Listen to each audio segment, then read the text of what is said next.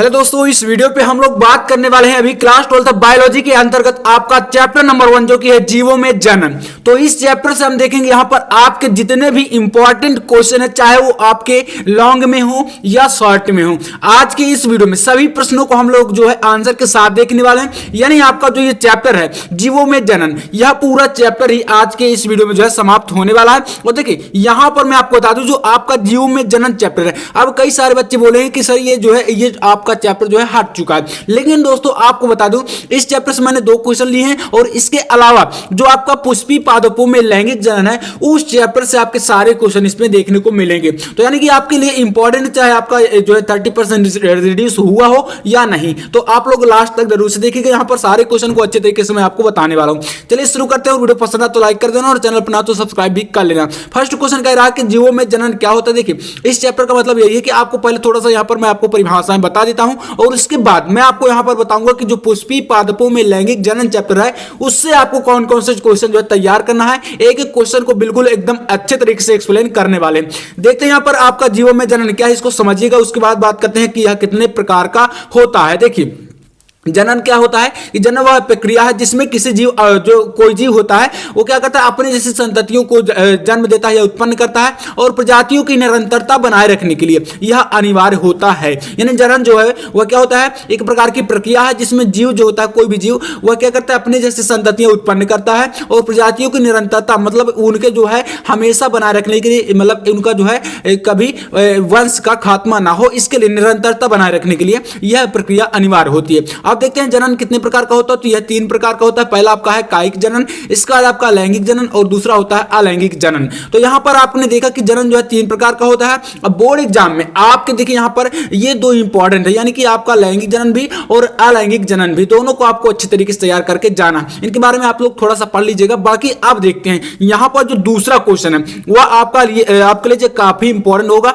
यहां पर अब बात करते हैं पुष्पी पादपों में लैंगिक जनन, जो कि आपका यहां पर आपका पहला चैप्टर है। यानी कि जब आपने देखा होगा जो आपका 30% सिलेबस है, यानी कि यूपी बोर्ड की बात करें जो रिड्यूस हुआ, तो उसमें आपको लग रहा होगा कि जीवों में जनन जो चैप्टर है यह चैप्टर आपका हट गया। लेकिन दोस्तों यहां पर एक क्वेश्चन मैंने लिया था, बाकी के सारे क्वेश्चन आपके होने वाले पुष्पी पादपों में लैंगिक जनन से। ठीक है, पुष्पी पादपों में लैंगिक जनन, इस चैप्टर से आपके सारे क्वेश्चन होंगे। ठीक है, तो चलिए देखते हैं यहां पर पुष्पी पादपों में लैंगिक जनन से। अब देखिए इसमें आपका नेक्स्ट क्वेश्चन कह रहा है कि अलैंगिक जनन द्वारा उत्पन्न संततियों को क्लोन क्यों कहा जाता है। एकदम मोस्ट इंपॉर्टेंट क्वेश्चन है आपका यह, क्लोन क्या होते हैं, मतलब यहां पर यह बताना। तो देखिए यहां पर एकदम समझते हैं अच्छे तरीके से, अलैंगिक जनन के द्वारा उत्पन्न जो संततियां होती हैं उनको क्लोन क्यों बोलते हैं। तो देखिए अलैंगिक जनन में जीव कायिक प्रवर्ध इकाई में समसूत्रण विभाजन द्वारा संततियां पैदा होती है। ठीक है, जो अलैंगिक जनन होता है उसमें क्या होता है, जो जीव होता है उसमें जो कायिक प्रवर्ध इकाई होती है उसमें समसूत्रण विभाजन द्वारा यह संततियां पैदा होती हैं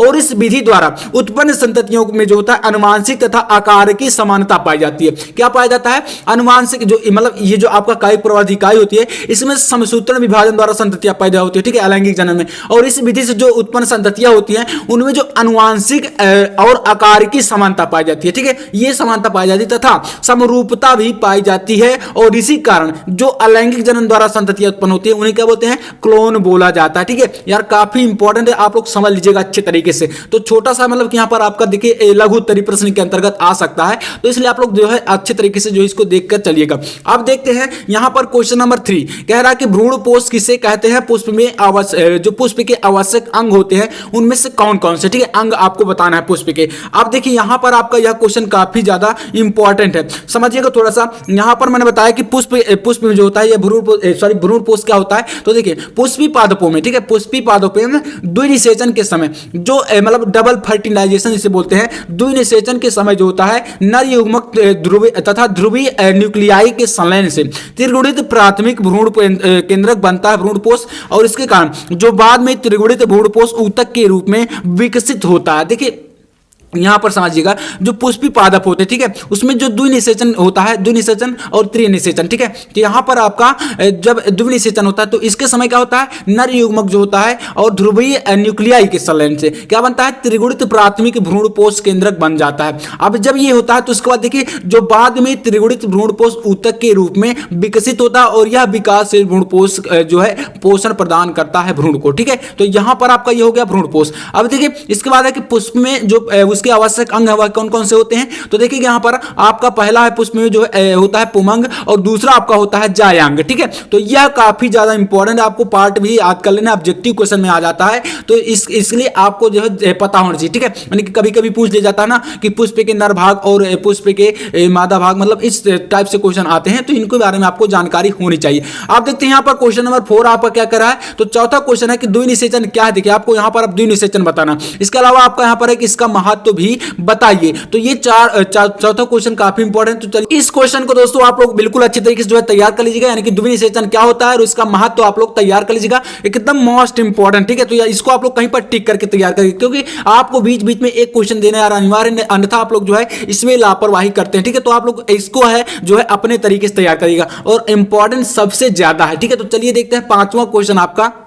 तो पांचवा क्वेश्चन देखिए यहां पर कहा गया कि सेब को आभासी फल क्यों कहते हैं। चलिए मैं इसका आपको आंसर बता देता हूं। देखिए जो सेब होता है आपने सुना होगा, ऑब्जेक्टिव क्वेश्चन में इस प्रकार का प्रश्न आता है बायोलॉजी में कि आभासी फल है निम्न में से। ठीक है, और ऐसा करके आपका ऑप्शन भी दिया रहता है। तो देखिए जो सेब होता है वह आभासी फल क्यों होता है, यानी कि क्यों कहा जाता है उसको, तो इसका आंसर देखते हैं। देखिए अंडाशय के अलावा जो फूल के किसी अन्य भाग से विकसित फल को जो है आभासी फल कहते हैं। पहली बात तो ये समझ लीजिए, जो अंडाशय के अलावा फूल के किसी भी भाग से जो कोई फल बनता है वो होता है आभासी फल। तो मतलब सेब क्या होता है, अंडाशय के अलावा फूल के अन्य भाग से बनता है, इसलिए यहां पर आभासी फल होगा। लेकिन सेब एक आभासी फल है क्योंकि यह पुष्पासन की भागीदारी से विकसित होता है। किसकी? पुष्पासन से, ना कि अंडाशय से। ठीक है, तो यहां पर पुष्पासन की भागीदारी से जो है विकसित होता है और अंडाशय ही निषेचन के पश्चात फल की संरचना करता है। तो यहां पर आपने समझा कि जो देखिए शॉर्ट सा आंसर है, बिल्कुल छोटा सा, तो समझ सकते हैं कि अंडाशय के अलावा फूल के किसी भी अन्य भाग से विकसित फल को आभासी फल कहते हैं और सेब एक आभासी फल है क्योंकि यह पुष्पासन की भागीदारी से विकसित होता है और अंडाशय ही निषेचन के पश्चात फल की रचना करता है। तो इस टाइप से आपका हो गया कि आभासी फल क्या होता है। इसके बाद देखते हैं अगला क्वेश्चन यहाँ पर।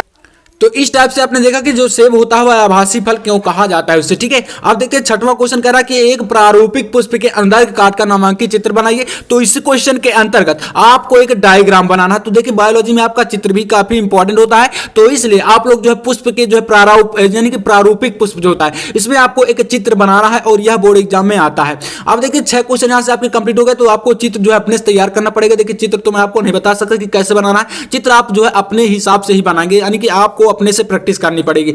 अब 6 क्वेश्चन हुए, यहां पर देखते हैं 7वां क्वेश्चन। क्वेश्चन नंबर 7 में आपका ये भी काफी महत्वपूर्ण है, लघु बीजाणु जनन और गुरु बीजाणु जनन के बीच प्रमुख अंतर बताइए। तो इसमें आपको डिफरेंस देना है, दोनों के बीच क्या डिफरेंस है वह बताना। देखिए ये इधर आपका हो गया लघु बीजाणु जनन और इधर आपका है गुरु बीजाणु जनन। तो इसमें आपका देखते हैं यहाँ पर पहला है आपका क्रिया पुंकेसर के परागकोश में होती है और जो गुरु बीजाणु जनन होता है यह क्रिया जो है बीजांड के अंदर होती है। इसी प्रकार से इसमें आपका दूसरा है, इसमें परागकोश या लघु बीजांड पाया जाता है यानी बनता है। और इसमें देखिए जो गुरु बीजाणु जनन होता है इसमें क्या होता है, इसमें जो है आपका भ्रूणपोष या भ्रूणपोष बनता है या गुरु बीजाणु बनता है। ठीक है, अब तीसरे देखते हैं, इसमें तीसरा है आपका कि परागकोश में उपस्थित लघु बीजाणु मात्र कोशिकाओं में अर्धसूत्री विभाजन द्वारा 4 गुरु बीजाणु के निर्माण को लघु बीजाणु जनन कहते हैं। और यहां पर आपकी मतलब एक प्रकार से यह परिभाषा ही हो गई। अब इसके बाद यहां पर देखते हैं इसमें तीसरा कि बीजांड के अंदर बीजांड काय कोशिकाओं से विभेदित या गुरु बीजाणु मात्र कोशिका समानता है 1 से अधिक। ठीक है,